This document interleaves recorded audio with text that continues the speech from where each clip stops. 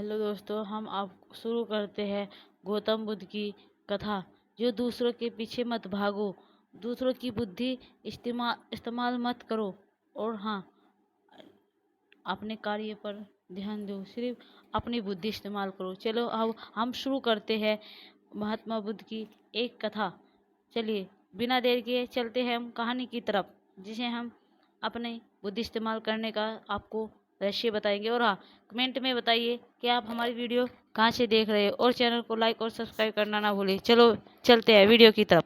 एक दिन एक बुद्धिमान बूढ़ा व्यक्ति उनके गांव में आया, और वह अपने गहन ज्ञान के और व्यवहारिक शिक्षाओं के लिए जाने जाते थे। तीनों महिलाएं और लड़के उनसे सीखने के लिए उत्सुक थे। उन्होंने अपने दिमाग से एक नकारात्मक को दूर करने वाले एक सफल मानसिक विकसित करने के बारे में उनका मार्गदर्शन मांगा। बूढ़ा व्यक्ति उन्हें देखकर जोशी से मुस्कुरा और एक ऐसी कहानी साझा करने का फैसला किया जो उनके दृष्टिकोण को हमेशा के लिए बदल देगी। वह शुरू किया। एक समय की बात है, यहाँ से बहुत दूर एक हलचल भरे शहर में रवि नाम का एक प्रतिभाशाली संगीतकार रहता था। वह अपनी मंत्रमुग्ध पर देने वाली धुनों के लिए दूर दूर तक जाना जाता था, जो सुनने वाले सभी के दिलों को छू जाती थी। हालांकि अपनी प्रतिभा के बावजूद रवि आत्मसंदेह और विफलता के डर से भरा हुआ। वह अपनी क्षमताओं पर विश्वास करने के लिए संघर्ष करता था, और वह अक्सर खुद को नकारात्मक विचारों से पंगु पाता था। जैसे ही बूढ़े व्यक्ति ने अपनी कहानी जारी रखी, पाया रीना, लीला और अर्जुन ने सपेज की तरह हर शब्द को ध्यान से सुना। फिर एक दिन रवि की मुलाकात एक परम बुद्ध गुरु से हुई, जिन्होंने उसे एक मूल्यवान शिक्षा दी। गुरु ने रवि से कहा कि सफलता की कुंजी व्यक्ति के दिमाग को सभी सीमित विश्वासों और नकारात्मक विचारों से खाली करने में निमित्त है। उन्होंने समझाया कि हमारा दिमाग एक बगीचे की तरह है। यदि हम इसे संदेह और भय के खतरनाक भरे देते हैं, तो हम कभी भी सफलता और खुशी की भूल नहीं पा सकेंगे। तीनों महिलाएं और लड़का इस कहानी से बहुत प्रभावित थे। उन्हें एहसास हुआ कि वे भी अपने दिमाग में नकारात्मक के बीज भर रहे हैं और अपनी वास्तविकता क्षमता खिलने से रोक रहे हैं। बूढ़े व्यक्ति के शब्दों में प्रेरित होकर माया, रीना, लीना, अर्जुन ने आत्म खोज और परिवर्तन की यात्रा शुरू करने का फैसला किया। उन्होंने ध्यान करने, अपने विचारों को लिखने और अपने जीवन में आशीर्वाद के लिए कृतज्ञता का भाषण करने में दिन बिताए। धीरे धीरे लेकिन निश्चित रूप से उन्होंने अपने दिमाग से आत्मसंदेह और नकारात्मक को खाली करना शुरू कर दिया, और उनकी वजह से आत्मविश्वास सकारात्मक की पुष्टि ले ली। जैसे ही उन्होंने ऐसा किया, उन्होंने जीवन के प्रति अपने दृष्टिकोण में गहरा बदलाव देखा। एक बार प्रयत्न के विचारों से दृष्ट माया को अपनी आंतरिक शक्ति और लचीलेपन का पता चला। रीना, जिसे अपनी रचनात्मक क्षमता पर संदेह था, कला के प्रति अपने जुनून को आगे बढ़ने का एहसास पाया। जोखिम लेने से डरने वाली लीला ने उत्सव के साथ नई चुनौतियों को स्वीकार किया, और अर्जुन, जो आत्म मूल्य के साथ संघर्ष कर रहा था, उसने खुद को महत्व देना सीखा। वह वास्तव में कौन था? महीने बीत गए और तीनों महिलाएं उन लड़के में परिवर्तन किसी चमत्कार से कम नहीं हुआ। उनमें आत्मविश्वास, सकारात्मक और आंतरिक शक्ति की गहरी भावना झलकती है। गांव के लोग उनकी नई चमक से आश्चर्यचकित हुए। एक सफल मानसिकता के बारे में उन्हें जान मांगा। दूर से देखकर बुद्धिमान बूढ़ा व्यक्ति अपने द्वारा किए गए परिवर्तन पर गर्व से मुस्कुरा रहा। वह जानता था कि माया, रीना और अर्जुन की यात्रा अभी खत्म नहीं हुई है, लेकिन उसे विश्वास था कि वे अपनी पूरी क्षमता का एहसास करने और अपने सपनों को हासिल करने की राह पर है। जैसे ही गांव में सूरज डूबा, तीनों महिलाएं और लड़का उस बूढ़े व्यक्ति के पास इकट्ठा हो गए, जो उसने उन्हें दी गई अमूल्य सीख के लिए कृतज्ञता से भर दिया। वे समझ गए कि सफलता की कुंजी हमारी परिस्थितियों में नहीं, बल्कि उनके दिमाग से नकारात्मक को खाली करने और सकारात्मक और लचीली मानसिकता को विकसित करने में है। और इसीलिए माया, रीना, लीना, अर्जुन की यात्रा जारी रही, चुनौतियां और जीत से भरी लीला, लेकिन उनके एक ज्ञान की रोशनी, इस विश्वास से निर्देशक की सही मानसिकता के साथ कुछ भी संभव है। कहानी का सार स्पष्ट था। सफलता और खुशी प्राप्त करने के लिए व्यक्ति को सबसे पहले अपने दिमाग में नकारात्मक को खाली करना होगा और सकारात्मक आत्मविश्वास और लचीलेपन से भरा मानसिकता विकसित करनी होगी। वह क्योंकि मन के बगीचे में केवल वे बीज ही सफलता के फूल खिल सकते हैं जो विश्वास के साथ बोए जाते हैं, दृढ़ता से सींचे जाते हैं। तो दोस्त वही अब अगली रोज कहानी की शुरुआत कुछ इस प्रकार होती है। तुलसीदास की शून्यता मान्यता की ओर ले जाती है। प्राचीन शहर वाराणसी में तुलसीदास का नाम एक युवक रहता था। वह छोटी सी उम्र में ही अपनी तीक्ष्ण बुद्धि और गहन ज्ञान के लिए जाने जाते थे। तुलसीदास हमेशा जीवन और उसके रहस्य के बारे में उत्सुक रहते थे। अपने आसपास की दुनिया को समझने, अपनी प्यास बुझाने के लिए लगातार ज्ञान की तलाश में रहते थे। अपने स्वाभाविक बुद्धि के बावजूद तुलसीदास अत्यधिक सोचने वाले और चिंता से जूझते रहे। उनका दिमाग चिंताओं और शंकाओं से भरा हुआ था, जिससे वह अपने लक्ष्य और सपनों पर ध्यान केंद्रित करने की क्षमता में बाधा आ रही थी। समाधान खोजने के लिए दृढ़ संकल्प तुलसीदास देश के बुद्धिमान संतों और गुरुओं से मार्गदर्शन करने के लिए यात्रा पर निकल पड़े। तुलसीदास ने अपने दिमाग से अनावश्यक विचारों को खाली करने और एक सफल मानसिकता प्राप्त करने की कुंजी खोजने की उम्मीद में दूर दूर तक यात्रा की। प्रसिद्ध आत्मिक शिक्षा और विद्वानों से मुलाकात की। अपनी यात्रा के दौरान उन्होंने प्रत्येक मुठभेड़ से मूल्यवान सबक सीखे, लेकिन जिस श्रेष्ठता की उन्होंने तलाश की थी वह उनसे दूर होती रही। एक दिन तुलसीदास ने एक साधु के बारे में सुना जो एक रहस्यमय जंगल के बीचों बीच रहता था। किंवदंती है कि इस साधु के पास मन के रहस्यों का खोलने और व्यक्ति को सच्ची सफलता की ओर ले जाने की बुद्धि थी।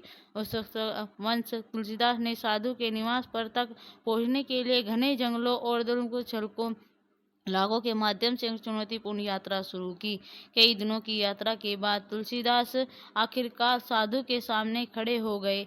एक संत व्यक्ति जिसकी आंखों में युवक का ज्ञान समाहित था। विनम्रता के साथ तुलसीदास ने अपने आंतरिक उथल पुथल और मन की स्पष्टता उद्देश्य की खोजों को साझा किया। साधु ने ध्यान से सुना और फिर बोला, अपने दिमाग को खाली करना और सफलता के लिए तुम्हें जानने की कला सीखनी होगी।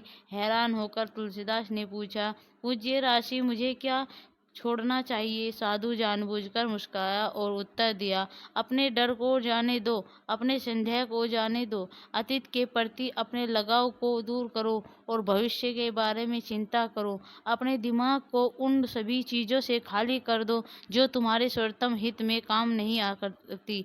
वर्तमान को गले लगाओ। कृतज्ञता से भरे हृदय और स्वीकृति की भावना के साथ इन शब्दों से तुलसीदास को अपने भीतर एक गहरा बदलाव महसूस हुआ। उन्होंने महसूस किया कि सफलता की कुंजी अधिक ज्ञान या संपत्ति जमा करने में नहीं, बल्कि अपने विचारों को सरल बनाने और अपने आंतरिक समझ से जुड़ने में है। साधु की शिक्षा से प्रेरित होकर तुलसीदास ने स्वयं को सावधानी और सादगी के जीवन के लिए समर्पित कर दिया। जैसे जैसे दिन हफ्ते में और हफ्ता महीनों में बदल गए, तुलसीदास ने अटूट संपर्क के साथ अपने ध्यान, चिंतन और आत्मचिंतन का अभ्यास शुरू किया। धीरे धीरे लेकिन लगातार उसने महसूस किया कि उसकी पुरानी चुनौतियां, चिंताएं और भय की जंजीरें उनके दिमाग पर अपनी पकड़ ढीली कर रही है। लंबी रात के बाद भोर की पहली किरण की तरह सपट उस हावी हो गई है। एक दिन जब तुलसीदास एक पवित्र बरगद के पेड़ के नीचे बैठे थे तो उन्हें एक महान अनुभूति हुई। वह समझ गए कि सफलता केवल बाहरी उपलब्धि से नहीं मापी जाती, बल्कि एक स्वयं के भीतर पाई जाने वाली शांति संतुष्टि में मापी जाती है। सच्ची सफलता तुलसीदास ने सीखी और जीवित गाली और उद्देश्य सकारात्मक से भरे उत्पन्न होती है। इस नए ज्ञान से लैस होकर तुलसीदास गृह नगर वाराणसी लौटे, जहां उन्होंने अपनी यात्रा अंतर्दृष्टि उन्हीं सभी के साथ साझा की जो सुन रहे थे। दूर दूर से लोग उसे परेशान युवक की शिक्षाएं सुनने के लिए आते थे, जो अब प्रेरणा और आशाओं का प्रतीक बन गया था।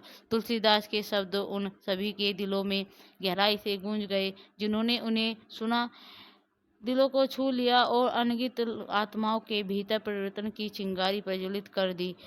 एक सफल मानसिक हासिल करने के लिए दिमाग को खाली करने का संदेश जंगल की आग की तरह फैल गया। जीवन बदल गया और उज्जवल अधिक पर्वत भविष्य का मार्गदर्शन हुआ। इसीलिए तुलसीदास साधक जो आरसी बन गए थे, अपने दिन शांतिपूर्णता से बिताए गए, यह जानते हुए कि सच्ची सफलता इसमें नहीं है कि कोई हासिल करता है, बल्कि इसमें है कि क्या छोड़ता है। और उनकी कहानी एक कालजयी विद्युतीय अंतरिक्ष सफलता की शक्ति और एक सफल मानसिकता की यात्रा का प्रमाण बन गई। तो दोस्तों, वही हम अगली रोचक कहानी की शुरुआत कुछ इस प्रकार करते हैं।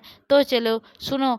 एक गांव में एक रमन नाम का एक युवक रहता था। रमन जन्म एक साधारण परिवार में हुआ था। दुनिया में कुछ बड़ा करने के लिए उनके अपने बड़े सपने थे। हालांकि उन्हें कई चुनौतियों का सामना करना पड़ा, जिससे अक्सर उन्हें निराशा और हारा हुआ महसूस होता था। अपने विरुद्ध खड़ी बाधाओं के बावजूद रमन सफलता की राह पर आगे बढ़ने के लिए कृत संकल्प थे। एक दिन जब रमन इस पार्क के एक शांत कोने में बैठकर अपने भविष्य के बारे में सोच रहा था, तभी एक बुजुर्ग व्यक्ति उसके पास आया। उस आदमी के पास बुद्धिमान आंखें थी, जो रमन की आत्मा की गहराई तक देख सकती थी। जब वह आदमी बोलना शुरू किया तो तिरस्कतावश रमन ने उसकी बातें सुनी। बेटा, मैं तुम्हारे कंधों पर दुनिया का भार नहीं रखना चाहता।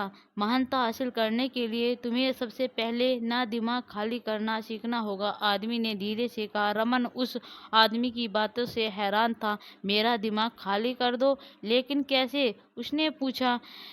कैसे दिमाग खाली करूं बाबा, आप मुझे बताइए गुरुदेव कि दिमाग खाली कैसे करते हैं। तो बाबा ने उन्हें बताया। खाली, लेकिन उसने पूछा। पानी से भरा एक छोटा गिलास जार दिया। यह जार आपके दिमाग को प्रतिनिधि करता है। पानी संदेह, भय और विकर्षण का ढेर है, जो आपके विचारों को ढक देता है। अपने मस्तिष्क को खाली करने के लिए आपको अब पानी डालना होगा और एक स्पष्ट ध्यान के लिए जगह बनानी होगी।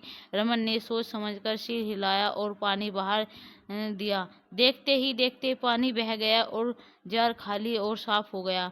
अचानक उसे अपने ऊपर शांति का एहसास हुआ, मानो उसके कंधों पर से कोई बोझ उतर गया हो। अब अपने दिमाग को सकारात्मक विचारों से, दृढ़ संकल्प और खुद पर विश्वास से भरे एक सफल मानसिकता विकसित करें, जो आपको जीवन की चुनौतियों के माध्यम से मार्गदर्शन करेगी। आदमी ने आगे कहा। नए दृश्य संकल्प के साथ रमन और उस व्यक्ति के शब्दों को अपने जीवन में लागू करने के लिए निकल पड़े। उन्होंने खुद को प्रेरक पुस्तक, प्रेरक उदों और गुरुओं से घिरा रखा, जिन्होंने उन्हें सितारों तक पहुंचने के लिए प्रोत्साहित किया। धीरे धीरे लेकिन लगातार रमन को खुद से बदलाव नजर आने लगा।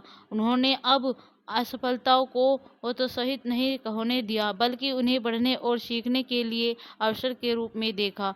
जैसे जैसे रमन की मानसिकता बदली, वैसे वैसे उसकी परिस्थितियां भी बदली।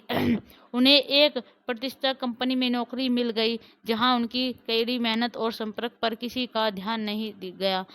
पदोन्नति के साथ साथ नए अवसर भी मिले, जिससे रमन में अपनी क्षमताओं प्रतीक्षा का प्रदर्शन का मौका मिला। और साल बीते गए और रमन एक सफल उद्यमी बन गया था, जो विपरीत परिस्थितियों में अपने नवीन विचारों और दृढ़ता के लिए जाना जाता था।